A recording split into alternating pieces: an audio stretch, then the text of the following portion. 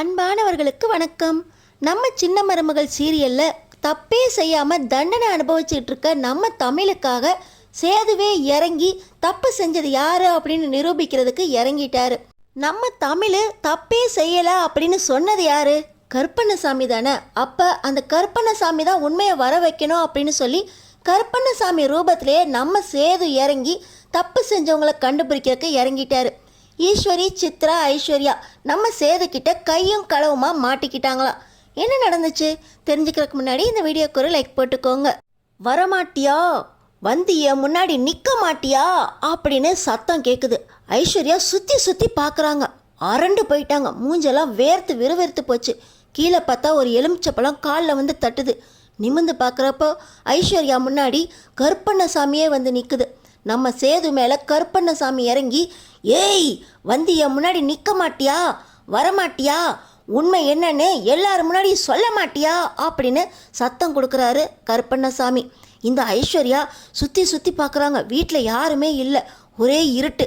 அரண்டு போய் ஐஸ்வர்யா எல்லா பக்கமும் ஓடுறாங்க. போன இடத்துல வேகமாக எதிரில் வந்து நிற்கிறாங்க கருப்பண்ணசாமி. ஐயோ அப்படின்னு பயந்து அலறிக்கிட்டு மறுபடியும் மாடிப்படி ஏறி போகிறாங்க.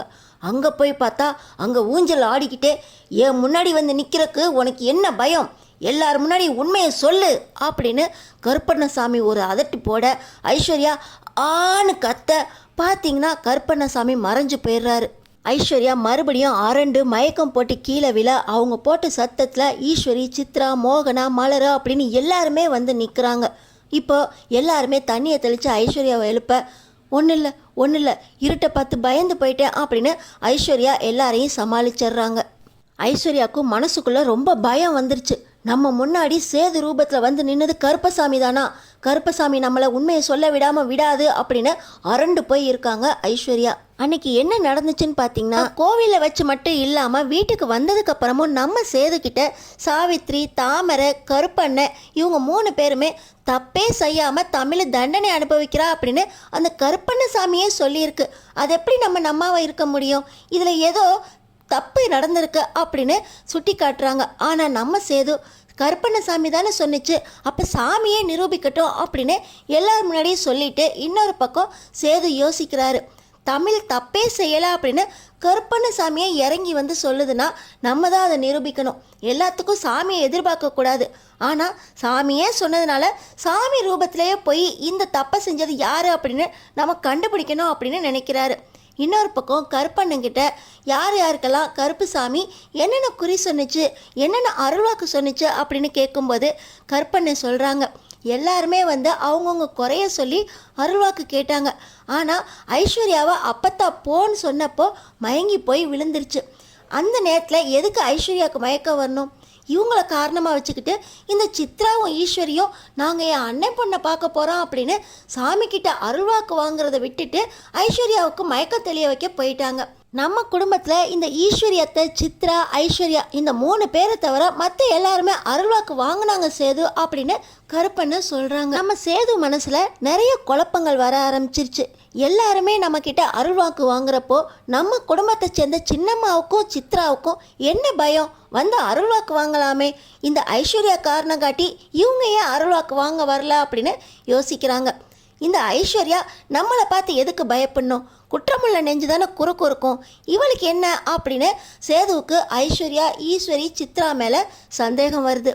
இன்னொரு பக்கம் பார்த்திங்கன்னா இந்த ஈஸ்வரி, ஐஸ்வர்யா நீ பயந்தே எல்லாத்தையும் காட்டி கொடுத்துறாத, நம்ம குடும்பி இந்த வீட்டில் இருக்க 2 பேர்கிட்ட மட்டும் மாட்டிச்சு, நம்மளே கொண்டு போய் தலையை அவங்கக்கிட்ட கொடுத்து மாட்டிக்கிற மாதிரிதான் அப்படின்னு ஐஸ்வர்யாவை எச்சரிக்கிறாங்க. ஆண்டி, சின்ன வயசுலேருந்தே எனக்கு சேதுனா ரொம்ப பிடிக்கும். அவரை கல்யாணம் பண்ணிக்கிறதுக்காக ஒரே ஒரு தப்பு தான் பண்ணேன். ஆனால் அந்த தப்புனால இப்போ நான் ரொம்பவே பயந்துக்கிட்டு இருக்கேன் அப்படின்னு ஐஸ்வர்யா அழுவும்போது, நீ பயந்து எங்களையும் காட்டி கொடுத்துறாத அப்படின்னு ஐஸ்வர்யாவை எச்சரிச்சுக்கிட்டு இருக்காங்க. இப்போ பார்த்திங்கன்னா நம்ம சேது ஒரு முடிவுக்கு வந்துட்டார். கருப்பண்ணசாமி தான் எல்லாத்தையும் இறங்கி இந்த நிரூபிக்கணுன்ட்டு இல்லை, கருப்பண்ணசாமி கையை தான் காட்டும், நம்ம தான் எல்லாத்தையும் பார்த்துக்கணும் அப்படின்னு ஒரு முடிவுக்கு வந்தவரா கருப்பண்ணசாமி ரூபத்தில் நம்ம சேது ஐஸ்வர்யா முன்னாடி போகிறாரு. ஒரு எலுமிச்சை பழத்தை ஐஸ்வர்யா முன்னாடி உருட்டி விடுறாரு. ஐஸ்வர்யா முன்னாடி நிற்கிறது வேற யாருமே இல்லை, நம்ம சேது ரூபத்தில் கருப்பண்ணசாமியே வந்து நிற்குது. நம்ம சேது தான் திட்டம் போட்டு ஐஸ்வர்யாவை இப்படி பயமுறுத்தி தான் உண்மையை வாங்கணும், எதுக்காக மயங்கி விழுந்தான்னு கண்டுபிடிக்கணும், ஐஸ்வர்யாவை தவிர வேற யாரும் உண்மையை சொல்ல மாட்டாங்க அப்படின்னு இப்படி கருப்பண்ணசாமி ரூபத்தில் போய் ஐஸ்வர்யா முன்னாடி நிற்க ஐஸ்வர்யா பயந்து போய் உண்மையை சொல்லாமல் மறுபடியும் மயக்கம் போட்டு விழுந்திருக்காங்க. ஆனால் நம்ம சேது விட போகிறதே இல்லை. ஐஸ்வர்யாவும் மறுபடியும் கருப்பண்ணசாமி ரூபத்தில் போய் பயமுறுத்திய உண்மையை வாங்கணும் அப்படின்னு முடிவு பண்ணிட்டாரு. நம்ம சேது உண்மை தெரிஞ்சுக்காம இனி சும்மா இருக்கக்கூடாது அப்படின்னு நம்ம தமிழ் தப்பே செய்யலை அப்படின்னு நிரூபிக்கிறதுக்காக சேதுவே இறங்கிட்டாரு. இன்னொரு பக்கம் பார்த்திங்கன்னா தமிழ் நீ தப்பே செய்யலை, நம்ம இதை நிரூபிக்கலாமா அப்படின்னு தானும் கேட்குறாங்க. ஆனால் நம்ம தமிழ் இனிமேல் நிரூபித்து என்ன பண்ண போகிறீங்க, இனிமேல் அந்த வீட்டுக்கு போகிற எண்ணம் நமக்கு கிடையவே கிடையாது, அதனால் நிரூபித்து எதுவும் ஆக போகிறதில்ல அப்படின்னு நம்ம தமிழ் சும்மா இருக்காங்க. இந்த நேரத்தில் தான் கருப்பண்ணா வாடிப்பட்டி போகும்போது நம்ம தமிழ் அப்பத்தா வசந்தி சித்தி அப்படின்னு எல்லாருமே அங்கே நின்றுக்கிட்டு இருந்தாங்க. அவங்களுக்கு வந்த காரு ரிப்பேர் ஆயிடுச்சா அப்படின்னு அவங்க ஆட்டோ கிடைக்காம நின்றுக்கிட்டு இருந்தாங்க. வந்த ஆட்டோவும் டோ பண்ணி போனதுனால நம்ம மீனாட்சி ரொம்பவே கவலைப்பட்டுக்கிட்டு இருந்துச்சு. இந்த வயசில் அப்பத்தாவும் அந்த வெயிலில் கால் கடுக்க நின்றுக்கிட்டு இருந்தாங்க அப்படின்னு கருப்பண்ணா நம்ம சேதுக்கிட்ட சொல்ல, அதுக்கு நம்ம என்ன பண்ண முடியும், அப்பத்தா வந்து இருங்கன்னு சொன்னால் இருக்க மாட்டாங்களே அப்படின்னு நம்ம சேது சொல்கிறாரு. அது ஒன்றும் இல்லை சேது, மீனாட்சி அங்கே இருந்து எவ்வளோ கவலைப்பட்டுக்கிட்டு இருக்கு, எவ்வளோ கஷ்டப்பட்டுக்கிட்டு இருக்கு. ஆனால் நம்ம அழகரி இங்கே அவ்வளோ வசதி வாய்ப்போடு இருக்கிறதுல நம்ம குழந்தை தானே மீனாட்சி, அது மட்டும் அவ்வளோ கஷ்டப்படணுமா அப்படின்னு சொல்ல, நம்மளால் கார் வாங்கி கொடுக்க முடியுமாம்மா, இப்போ நினச்சா கூட ஒரு காரை வாங்கி வீட்டு வாசலில் போய் நிறுத்த முடியும். ஆனால் அவள் ஏற்றுக்க மாட்டாளே, அவளுக்கு ஏற்று விடுறதுக்கு அவள் மனசு ஈகோ சரிப்பட்டு வராது அப்படின்னு நம்ம சேது சொல்கிறாரு. அதுக்காக நம்ம மீனாட்சியை கஷ்டப்பட விட்டுற முடியுமா, அழகர் இங்கே வசதி வாய்ப்போடு இருக்கிறப்போ மீனாட்சி அங்கே கஷ்டப்படணுமா அப்படின்னு கருப்பண்ணா கேட்க, நம்ம என்ன பண்ணுறது அப்படின்னு சேது கேட்குறாரு.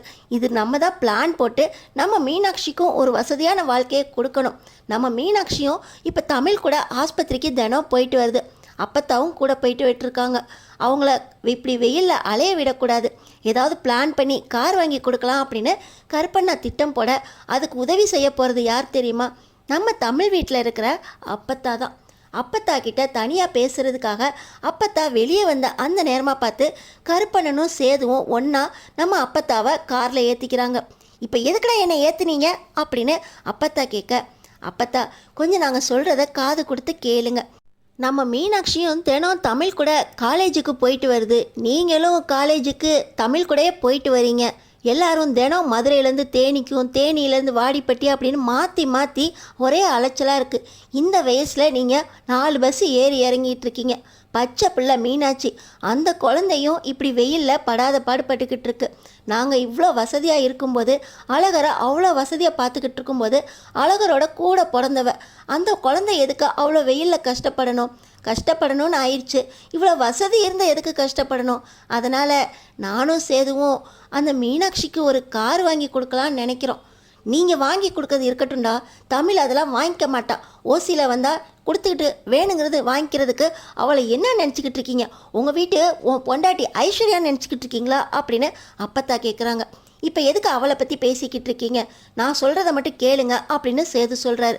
சொல்லுடா, நீ வாங்கி கொடுத்தா தமிழ் வாங்கிக்க மாட்டா, ஆனால் அதுக்காக மீனாட்சி எதுக்கு அப்பத்தா கஷ்டப்படணும், எங்கள் ஆத்தா மீனாட்சி அப்பத்தா அவங்கள நல்லா பார்த்துக்கணும்னு நான் நினைக்க மாட்டேனா அப்படின்னு சேது சொல்கிறாரு. நீ நல்லா பார்த்துக்கணும்னு நினச்சிருந்தா தமிழையும் நல்லா பார்த்துருக்கணுமே அப்படின்னு அப்பத்தா சொல்ல, இப்படி விதண்டாவாதம் பேசாதீங்க, மீனாட்சி நல்லா இருக்கணும் அவ்வளோதான். மீனாட்சிக்கு ஒரு கார் வாங்கி கொடுக்குறக்கு நானும் கருப்பண்ணாவும் ஒரு திட்டம் போட்டிருக்கோம், சொல்கிறத கேட்குறீங்களா அப்படின்னு அப்பத்தா கிட்ட சொல்ல, என்ன திட்டம் போட்டிருக்கீங்க, நான் என்ன உதவி செய்யணும் அப்படின்னு அப்பத்தா கேட்குறாங்க. இதோ இங்கே இருக்கல துணிக்கடை, இந்த ஜவுளி கடையில் ஒரு 10,000 ரூபாய்க்கு துணி வாங்கினா போதும், அவங்க ஒரு கூப்பன் கொடுப்பாங்க. அந்த கூப்பனில் பரிசு விழுந்ததாக சொல்லி ஒரு காரை நாங்களே தமிழ் வீட்டில் கொண்டு வந்து இறக்கிடுறோம். அதுக்கப்புறம் நீங்கள் போயிட்டு வர்றதுக்கு அந்த கார் ரொம்ப வசதியாக இருக்கும். அவங்களுக்கு பரிசில் விழுந்தது அப்படின்னு சொல்லி அவங்களும் அந்த காரை ஏற்றுக்குவாங்க. தமிழுக்கும் இது ஒரு நல்ல காரணமாக இருக்கும். என் மீனாட்சிக்கும் எந்த கவலையும் இல்லாமல் காலேஜுக்கும் வீட்டுக்கும் மதுரைக்கும் தேனிக்கும் போயிட்டு வர்றதுக்கு வசதியாக இருக்கும். நீங்களும் இந்த வயசில் கஷ்டப்பட வேண்டியது இல்லையே அப்பத்தா அப்படின்னு சேதுவும் கருப்பண்ணாவும் சொல்கிறாங்க. சரிடா, நான் சொல்லி பார்க்குறேன், இந்த ஜவுளி கடையில் தானே துணி எடுக்கணும், 10,000 ரூபாய்க்கு எடுக்கணும் அவ்வளோதானே அப்படின்னு சொல்லி நம்ம அப்பத்தாவும் அங்கேயே இறங்கிக்கிறாங்க. நம்ம சேதுவும் இந்த ஜவுளி கடையில் எல்லாம் பேசியாச்சானே அப்படின்னு கற்பனா கிட்ட கேட்க, எல்லாமே பேசிட்டேன் மாப்பிள்ள, ஆனால் அம்மாச்சி சொன்ன மாதிரி அவங்க தமிழை கூட்டிகிட்டு வந்து இங்கே 10,000 ரூபாய்க்கு ஜவுளி எடுக்கணுமே அப்படின்னு சொல்ல, அதெல்லாம் அப்பத்தா பார்த்துக்கோ அப்படின்னு சேது சொல்லிடுறாரு. இன்னொரு பக்கம் பார்த்திங்கன்னா நம்ம அம்மாச்சி வெளியே போயிட்டு வீட்டுக்குள்ளே வரும்போது அந்த சேலையை லைட்டாக கிழிச்சு விட்டுக்கிட்டு அது தெரிகிற மாதிரி வீட்டுக்கு வர்றாங்க. வீட்டுக்கு வந்தவங்க அந்த சேலையை எடுத்து மூஞ்ச துடைக்கும் போது அந்த புடவை கிழிஞ்சிருக்கு. இதை பார்த்துக்கிட்டு இருக்கும்போது வசந்தி, என்ன அப்பத்தா இப்படி துணியெல்லாம் கிழிஞ்சிருக்கு, இதை எதுக்கு நீங்கள் கட்டியிருக்கீங்க அப்படின்னு கேட்க, வசதி வாய்ப்பில் நம்ம வீட்டுக்கு வந்துட்டோம், ஆனால் இந்த வீட்டு வசதிக்கு ஏற்றாப்புல நம்மளும் மாறிக்கணும்ல, வசதி நிறையா இருந்து பழகிட்டோங்கிறதுக்காக இந்த வீட்டுக்கு வந்ததுக்கப்புறம் இந்த வசதி வேணும் அந்த வசதி வேணும்னு கேட்க முடியுமா, நானும் இதுக்கு பழகிக்கிறேன் அப்படின்னு அப்பத்தா சொல்கிறாங்க. யாருமே எங்கே இருந்தும் கஷ்டப்பட வேண்டாம், இன்றைக்கே ஜவுளி கடைக்கு போகிறோம், நம்ம வேணுங்கிற புடவை ஒரு 5-6 புடவை எடுத்துக்கிறோம் அப்படின்னு நம்ம தமிழ் சொல்கிறாங்க. நம்ம அப்பத்தா, அது எதுக்கடி 5-6 புடவை எடுக்கணும், எனக்கு இருக்கிறதே போதும், இந்த கிழிசலை கட்டி நானும் பழகிக்கிறேன் அப்படின்னு அப்பத்தா ஒரு நடிப்பை போடுறாங்க. ஆனால் நம்ம தமிழ் வசதி வாய்ப்போடு இருந்தவங்க எல்லாரையும் எப்படி பார்த்துக்கணும்னு எனக்கு தெரியும், நான் சொல்கிறத கேட்டு ஒழுங்காக ஜவுளி கடைக்கு வாங்க அப்படின்னு நம்ம தமிழை அப்பத்தாவை கூட்டிகிட்டு போய் இந்த புடவை கடையில் துணி எடுக்கிறதுக்காக போகிறாங்க. ஆனால் நம்ம அப்பத்தா, இந்த ஜவுளி கடை வேண்டாம், இந்த நான் சொல்கிற ஜவுளி கடையில் எடுத்தா எடு, இல்லாட்டி எனக்கு புடவையே வேண்டாம் அப்படின்னு தமிழ்கிட்ட அடம் பிடிக்க, சொன்னால் மட்டும் கேட்க மாட்டீங்க அப்படின்னு அப்பத்தா சொல்கிற அதே ஜவுளி கடைக்கு போகிறாங்க. அந்த ஜவுளி கடை நம்ம சேது காட்டி கொடுத்தா அதே ஜவுளி கடை. அங்கே போய் சொன்ன மாதிரியே ஒரு 4-5 புடவையை நம்ம தமிழ் எடுத்து கொடுக்க பில்லும் 10,000 ரூபாய் ஆயிடுது. அந்த ஜவுளி கடையில் நம்ம சேது சொன்ன மாதிரி ஒரு பரிசு கூப்பனும் கொடுக்குறாங்க.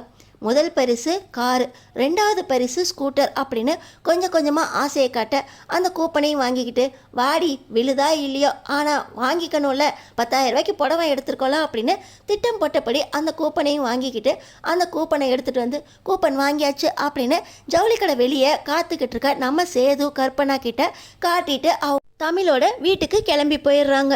எனக்கு மட்டும் புடவை எடுத்தால் போதுமா, இப்போ வசந்திக்கு தனத்துக்கு எல்லாருக்கும் ஆளுக்கு ஒரு 2 துணி எடுத்துகிட்டு போகலாமே அப்படின்னா அப்போ தான் வேறு கடைக்குள்ள நுழைய நம்ம தமிழ் பார்த்திங்கன்னா, நீங்கள் இதை சொல்லி தான் தெரியணுமா, நான் ஏற்கனவே எல்லாருக்கும் ட்ரெஸ் எடுத்துட்டேன் அப்படின்னு சொல்லி எல்லாருக்கும் எடுத்ததோடு இல்லாமல் மீனாட்சிக்கு 2 ட்ரெஸ் எடுத்துருக்கிறத பார்த்து நம்ம அப்பத்தாக்கு ஒரே சந்தோஷம். பரவாயில்லடி, எல்லாரை பற்றியும் யோசிக்கிறியா அப்படின்னு சொல்ல, எப்போவுமே எல்லாருக்கும் சந்தோஷமாக இருக்கணுங்கிறது தான் என்னோடய எண்ணம், உங்களுக்கு மட்டும் புடவை எடுக்கணும்னா எல்லாருக்கும் எடுக்காமல் விட்டுருவேனா அப்படின்னு நம்ம தமிழும் அப்பத்தாவும் பேசிக்கிட்டே இப்போ வீட்டுக்கு போகிறாங்க. இன்னொரு பக்கம் பார்த்திங்கன்னா அப்பத்தா சொன்ன மாதிரியே கூப்பனை வாங்கிருச்சு. அந்த கூப்பனுக்கு இனிமேல் காரை பரிசாக விளைவிக்க வேண்டியது நம்ம பொறுப்பு அப்படின்னு கருப்பண்ணாவும் சேதுவும் இப்போ அந்த கூப்பனுக்கு கார் பரிசு விழுற மாதிரி ஏற்பாடு பண்ணிடுறாங்க. அந்த ஜவுளி கடைக்காரரு நம்ம தமிழை வர வச்சு, நீங்கள் வாங்கின கூப்பன் நம்பருக்கு கார் பரிசு விழுந்திருக்கு, இதை நாங்கள் பெரிய விழாவாக கொண்டாட போகிறோம் அப்படின்னு சொல்ல, மீனாட்சி பேரில் தான் அந்த கார் விழுந்திருக்கு அப்படின்னு நம்ம தமிழும் ரொம்ப சந்தோஷமாக, மீனாட்சி வந்த நேரம் ஒரு காரே விழுந்திருக்கு அப்படின்னு அந்த காரை ஏற்றுக்கிறாங்க. நம்ம தமிழும் கற்பனாவும் போட்ட திட்டப்படி நம்ம தமிழை அந்த காரை ஏற்றுக்க வச்சிட்டாங்க. இந்த மீனாட்சி தான் உன்னையும் சேதுவையும் சேர்த்து வைக்க போகிற பாலோன்னு எனக்கு தெரியாதா அப்படின்னு நம்ம அப்பத்தா சந்தோஷப்பட்டு சேது வாங்கி கொடுத்த காரை தமிழ் யூஸ் பண்ணுறதை நினச்சி ரொம்பவே சந்தோஷப்பட்டுக்கிட்டு இருக்காங்க.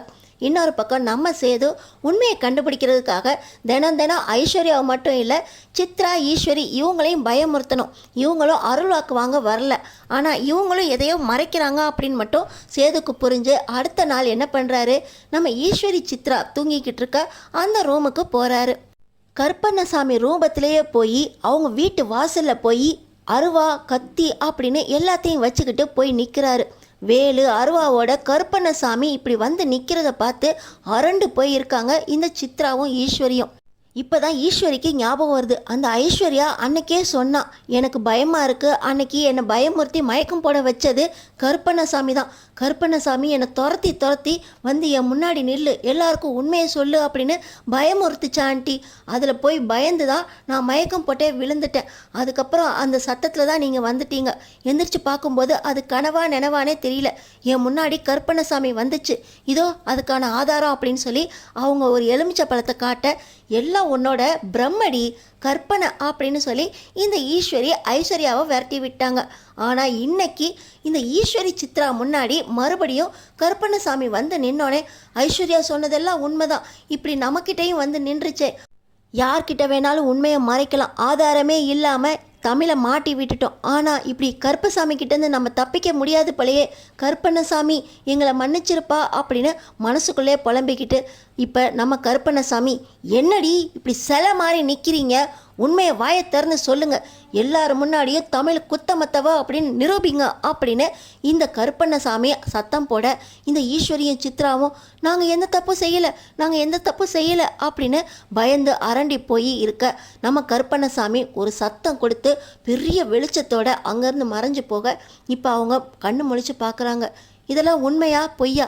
கருப்பண்ணசாமி நேரில் வந்துருச்சா?